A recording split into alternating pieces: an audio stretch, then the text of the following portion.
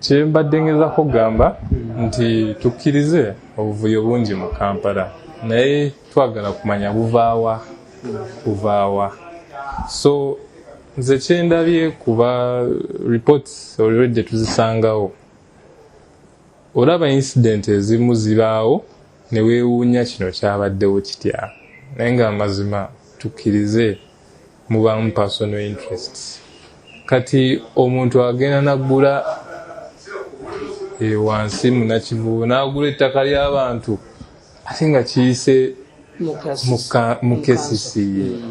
mu KCCA amazima ddala ne weewuunya nti wetudda mu kyamazima nti kino ekintu kyayitawo kitya ng'abakulembeze weebali siringa nnenya mukulembeze yenna sijja kusonga naye nipa kyakulabirako nti weewuunya n'ogamba kino ekintu kyayitawo kitya mu kanso kuba kanso yetamanyi buyinza bwayo oba waliwo omuntu omulala abakiisa nga kanso tekimanyiiko naye nze nsuubira teri kintu kijayita mu KCCA ekyaffecting abantu directly nga tekiyise mu kanso zo technical wing era yekola execution at the end of the day kuba ffe tuyisa buyisa policies oba recommendations baba batuwadde ne tuziyisa but nevertheless fenga kuba nange already najja nendaba ekintu ng'ekya kasasiro nti companies ezisoloza kasasiro zisasuza abantu kati nze wange najja nankumbi mulimu ebifo nga bannaye kasasiro kyafuuka nga abantu tebakyafa nayo nga kya bulijjo so neweebuuza n'ogamba naye kikiddala n'okolamu logic n'ogamba naye abantu tebalina ssente already basasula licenses eza amaduuka kati property rates nazo weeziri oba oyina oba mizigo oba biki ne kasasiro wuubyo bagenda mu kusasuza amazima ddala bwe tuba tetuswala ekitongole kye kirina ssente zigula mmoloka ziyula kasasiro mu Kampala nga tetuze mu bino simanyi kugaba ttenda simanyi kugabira ono kuba kati obuvuyo buviiraawo ffe ng'ekitole nga Authority Council bwe tutekinga initiative ne tukiyisa ne tumanya nti responsibility ya kasasiro eri ku side ya KCCA nga governing body ya Kampala ne tutaleetamu ate bano baani ba different contractors baani ne beesalirawo emiwendo gye basaba abantu at the end of the day they become lazy kusasula ezo ssente ne bagamba kasasiro katumuleke bulisi mu mwala so nze ndaba nga era ne tuyogeddeko ku kya contracts ezo tenders kyenotisinze nti ebintu ebimu Authority Council eno tenaba kufuna bulungi vibrancy which we can't blame anyone but we are very hopeful kuba abantu abana Kampala nti amaanyi gaffe tugenda gafuna tugeddize kuba we are also tuli mu shoko nti tenders zigabibwa contracts zigabibwa nezigwawo bugwinga n'abakulembeze b'Authority Council tebali aware but these contracts committees are available and business is going on bali kuzigabirawo nani but even the contracts committee itself nze ng'omuntu sijja kubeera conclusive kuba sina exact information but I highly doubt nti contracts committee eriko ba political leaders. I highly doubt. Okay.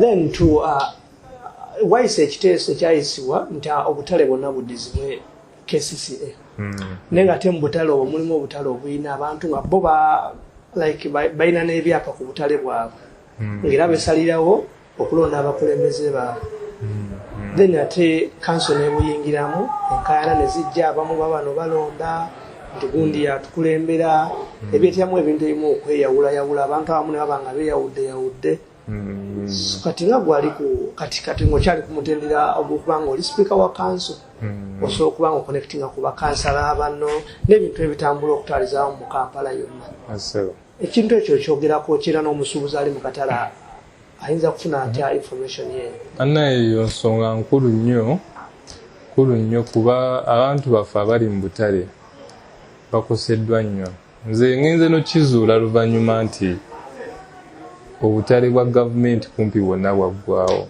era obalabalamu about 70% ku 10 private, they are now private. They privatized them. Yes. Which at the end of the chamber dengamba nti ekintu ng'ekyo tekisobola beerawo without corridors za KCCA okukitegeerako. Era ffe ng'Authority Council bye twagala okunoonyerezaako nti obutale bwali bungi nnyo bwa gavumenti naye kati bwatundibwa bw'abantu. Ate ze ntalo weziva nti kati osanga oli nannyini katale ayagala kufuna bukulembeze bwe, but even still n'obutale bwa gavumenti tufunye interferences nnyingi. Olaba omukulembeze w'eggwanga aweereza ono n'aweereza oli okitegeera.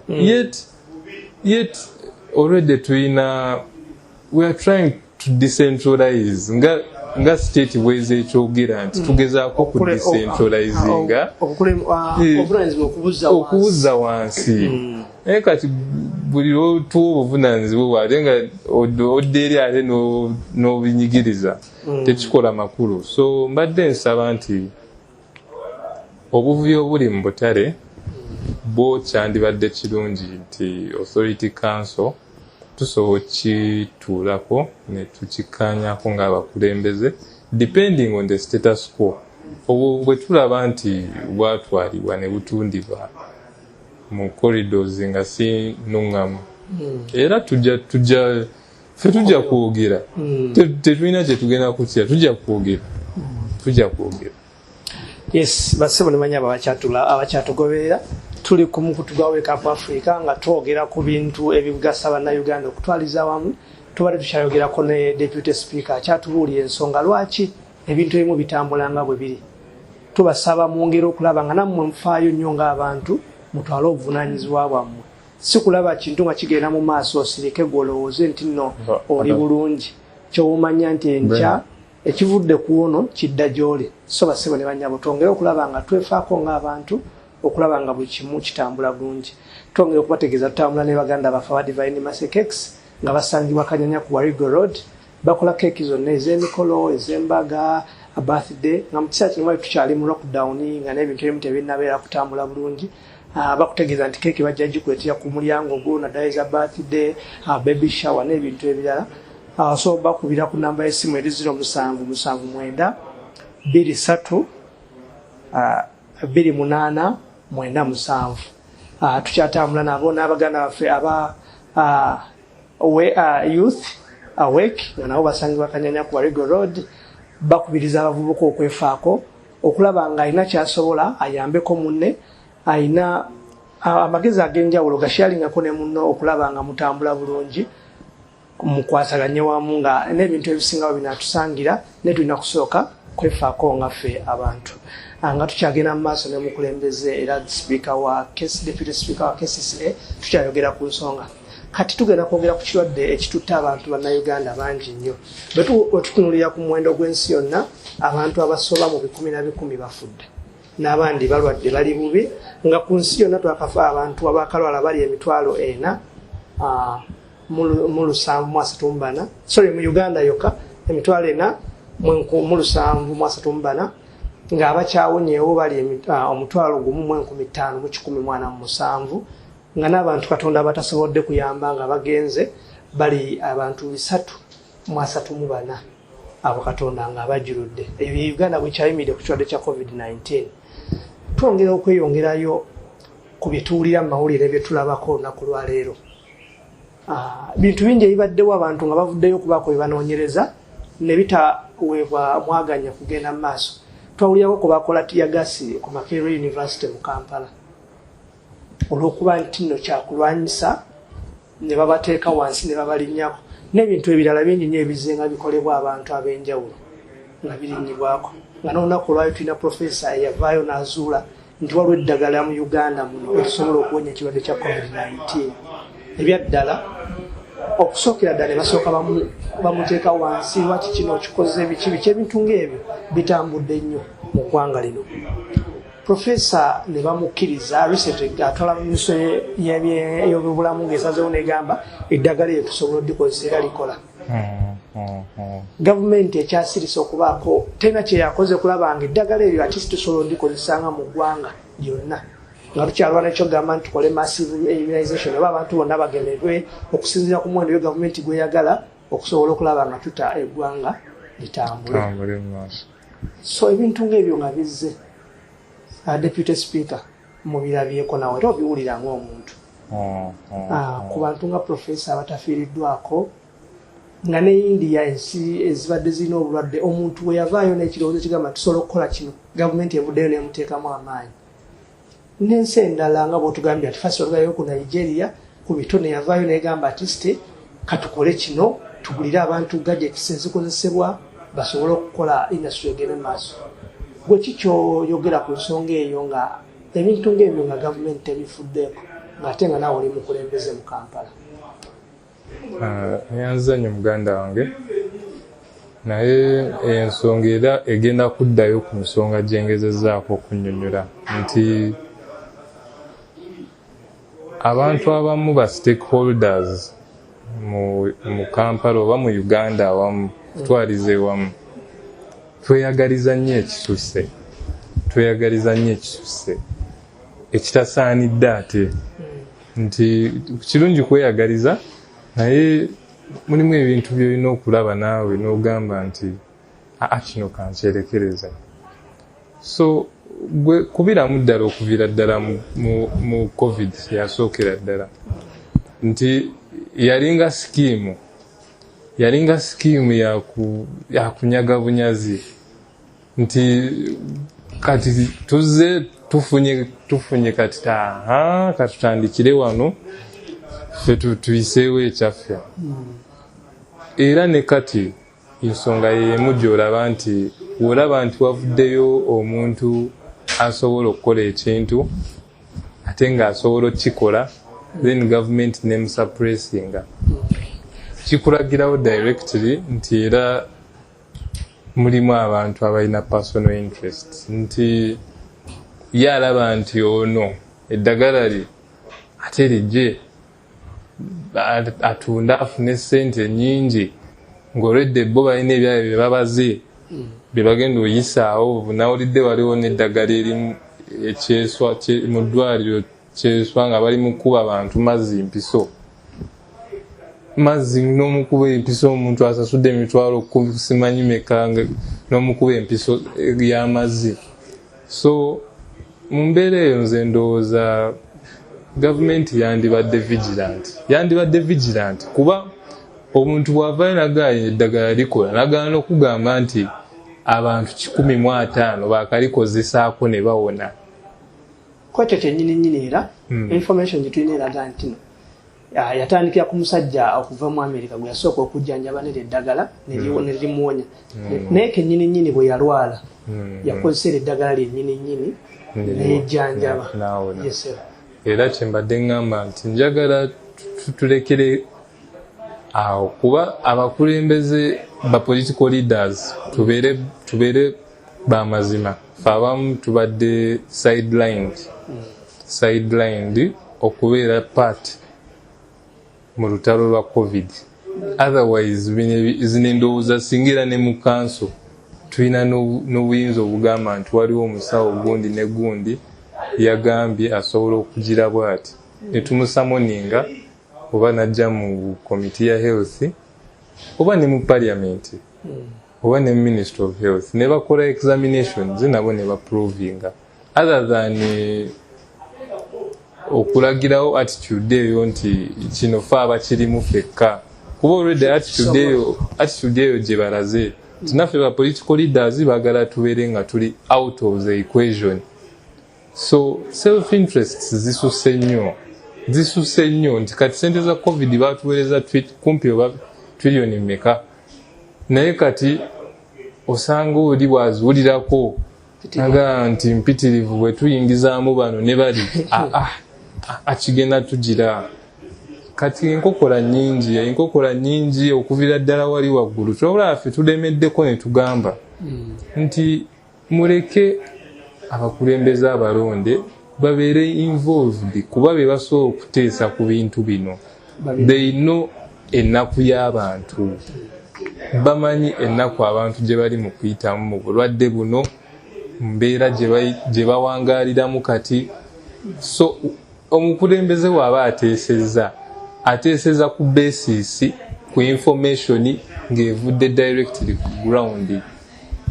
Naye bino bye tugenda okukola nti orders zive waggulu, ono RCC ayogera kike, ono ayogera kike, lwakuba tekigenda tuyamba. Buli omu alina self interests. Otherwise we tukikola ng'abakulembeze abalonde, we can dwell on ideas eziyamba abantu nga tumanyi kino ekintu tugenda kuyamba abantu baffe era ne tukiyisa.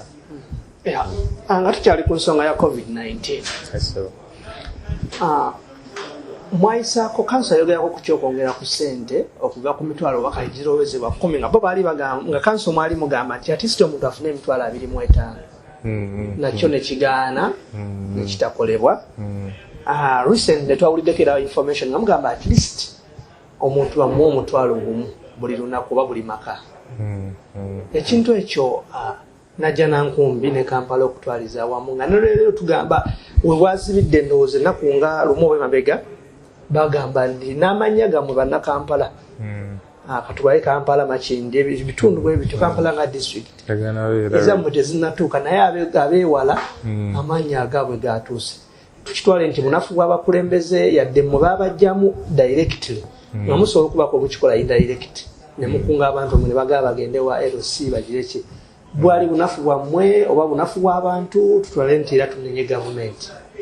Nedda. Initially LCs baali balina otambula nju ku nju kuba LC 1 tudde mu mazima abamanyi ekyalo amanyi nti ono gundi ali bubi nnyo kyoli gundi alisa alinayo ka business kakyakolakolamuko ti ono gundi famire ye balimu abantu 30 ono gundi balimu 2. Ekiwandiiko kyayita era gundi yayisa ekiwandiiko sijjukira bulungi naye twafuna ebbaluwa nga etwexcludinga ng'eraga task force ya Kampala nga excludinga ba political leaders egamba town clerk be bagenda okubeera in charge of handling information biki but tosobola kugamba nti ate abakulembeze kuba ffe abantu baffe tubamanyi era tusobola okuleeta lisiti nga yeeyo naye lisiti ze tuwulira ze baleeta n'okugamba nti simanyi Kampala tenaleeta lisiti. Lisiti abantu bazookyezza nze nabadde era nze ne kyamaani wange yankubidde essimu nanga kansala nga sibitegeera lisiti gye nnina wano abantu sibategeera ne ku register tebaliimu eya baresidenti nga chairman tubaako byosayininga era nakoze ogwange kuba nkimanyi abantu abadde ku list si be balina okufuna ezo ssente. Ffe twabagamba mutuleke as soon as possible tusonde amanya singa kati gaggwayo naye baayisa ebbaluwa etuyimiriza ate era ne bamala ne bagaba LCs 1 simanyi bakole batya bajje. So dira eyo tusobola giteeka kufa bali bagana system zaabwe baziina ebbaluwa weeri nga bagana National Bureau of Statistics, National Bureau of kibiki already balina information bagikolako luli okuvira ddala mu eri covid yayita so already balina database kati ate mutugamba lists teziri ready. Kyogala last time temwagaba mmere mu Kampala ne mukola accountability abantu bemwawa temwabamanya oba ki naye ku nsonga ya ssente ffe tetwagala nti gavumenti ye committing ku kintu ng'esobola kikola nti mutusindike mu lockdown nga mumanyi nti mulina remedy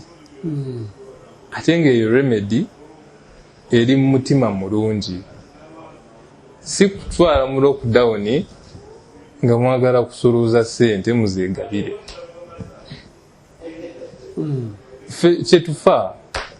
kyetufa era kyolaba twagambye nti okimanyi nze bankubiddeko essimu ng'omuntu afudde ewaffe mu nnyumba njala si nti yalwadde njala olwedde ennaku 42 twakawezaako mmeka kati kati kikulagira ddala nti ffe ng'abakulembeze ffe tugezezzaako kyobala nejjo ne kansu twagituuziza nga twagala ebeereyo naye nga bano tebaagala ebeereyo kuba bwetabeerayo bamanyi tugenda baagala tuddeyo waka tutuule waka ekitasoboka kati nze kansala ntuule waka buli kanaku nfuna amasimu 30 balonzi buli kanaku okusinziira kukwera ku information ya gitwaye eriwo etambula nga balaga emmere yagabwa naye olwaleero bwe tusinziira ku namba y'abantu abaafuna emmere omulundi guli n'abalina okufuna ssente ng'abantu enamba eraga nti esse wansi kiri kiti ekyo kigenderere oba omanyi ebintu ebimu naffe kyetugamba nti state kwekkiriza decentralization accept decentralization kuba ffe nga governing body ya Kampala twatuula ne right honorable speaker ba high level leaders mu Kampala road mayor nga waali ne deputy we executive director nga ina representative ne twagamba stand yaffe nti you involve political leaders but struggle gye balina nti when they involve political leaders balowooza tugenda kubalabisa ate nga that's the truth tugenda kubalabisa bima mubbye ssente ffe tugenda balabisa abantu bakimanye because we don't want this incident okubeerawo abantu balowooze abantu abamu balowooza ffe abagabana essente batukubira amasimu kansala nze nga sinafuna okitegeere so twagala gavumenti ekitegeere nti wewe taking up responsibility of this, let it be this, if it is decentralization let it be decentralization wemba mwagala byekwasaganyiza national oba biki oba prime minister well and good mubere direct n'abantu mubagambe ba political leaders tebabiriimu ebya ssente oba kife tumanye nti kati ffe just kutambula overseeing kulaba tuziikire ku bantu tukole ki ekitakkirizibwa nakukkirizibwa but obutabalamu bantu baffe maani tumanyi nti obuvuyo bungi era abasinga bayinza obutafuna ssente mu bulungi bwazo mu makubo amatuufu okubeesinga ku bye tulabye already disits ezazze ne baati ate speech nejambu simanyi tezinatuuka disits zazze naye disits ze baleese zizabadde enkyankala so nze kyeŋŋamba nti abakulembeze baffe mandate yammwe etteeka libawa mandate it is implied tewetagana kuba ku task force ya Kampala because you are an elected leader olina okubeera ng'okola oversight omonitoring ekitundu kyo kumanya ekigenda mu maaso tweyanza ssebo deputy speaker nga tunatera okumaliza mu dakiika nga 3-2 tetuyinza kuvaawo nnyo nga tetwogedde ku kintu mu Kampala gy'okulembera nga deputy speaker nga mwalimu ekisaawe ekyomupiira ekyennakivuba ebyo byonna ebyaliwo okukiddaabiriza abantu babagobye bana abaali ku paaka yadi biki byonna nga byali bigendererwa byakuzimba kisaawe ekyo n'okukiddaabiriza mu lunaku lwali tulaba ebizimbe ebikulawo buli lunaku mu myaka bukyanga bakimenya ng'ekisaawe tekiddangawo mu myaka gino gye mulina 5 kiki kye tuba tusuubira nga bannabyamizannyo okutwaliza awamu ensonga era gye njogeddeko nti already tuze tu backtracinga ku information emu. Kyova nange nkugambye nti bwe ntunula mu reports zaffe ezimu zikwewuunyisa ng'omuntu. Era ne weewuunya n'okwewuunya ettaka ly'abantu lyagenda litya ne physical planning ne babiyisa buli kimu nga tebanaba concludingira ddala ku exact subject ekigenda obeerawo, kiki ekigenda okuteekebwawo, kigenda kuteekebwawo kitya and how long will it take. But nevertheless ze ndowooza gavumenti yaffe erina obuzibu bw'amaanyi kuba ojjukira ne luli biri when was it baali balina okuzimba railway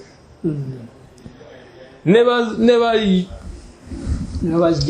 bajjawo abantu paka kati abantu bakyasendika complaints tebanaana basasulanga tebakolanga ki yet they have been eradicating people.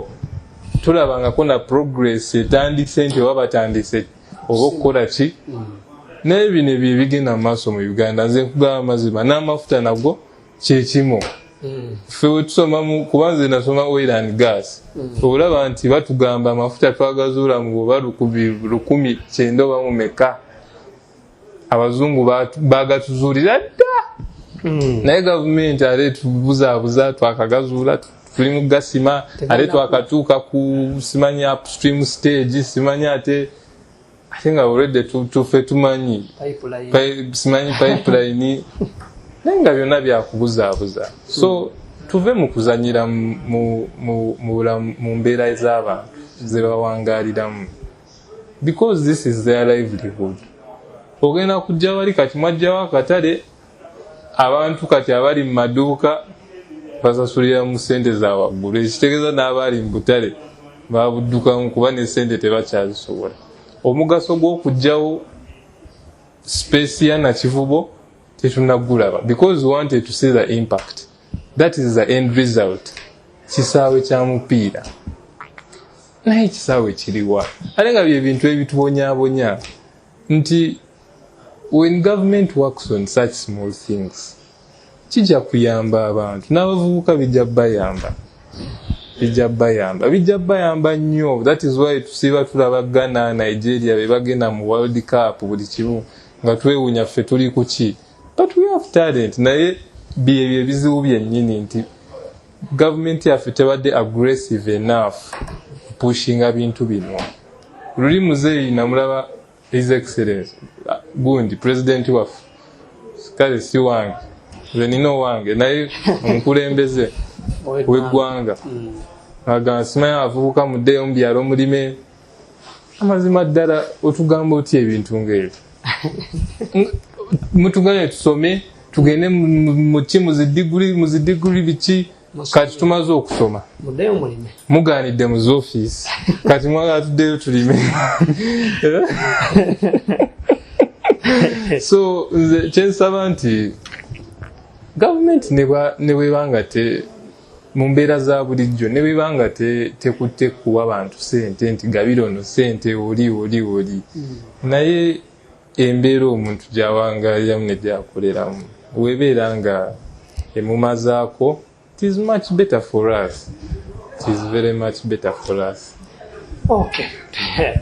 Ebintu ng'ebyo bikyatambula mu ggwanga era ebintu ebimu ndowooza bitukakatako ng'abantu ba bulijjo okwefaako okulaba ng'erimu wakitubirwanako nga ffe abantu mu mbeera etambula nga tumaliriza ku lw'ekibiina kya National Unity Platform naawe kuulwo ng'omuntu bubaka ki obusembayo obuwa abavubuka mu ggwanga lyonna?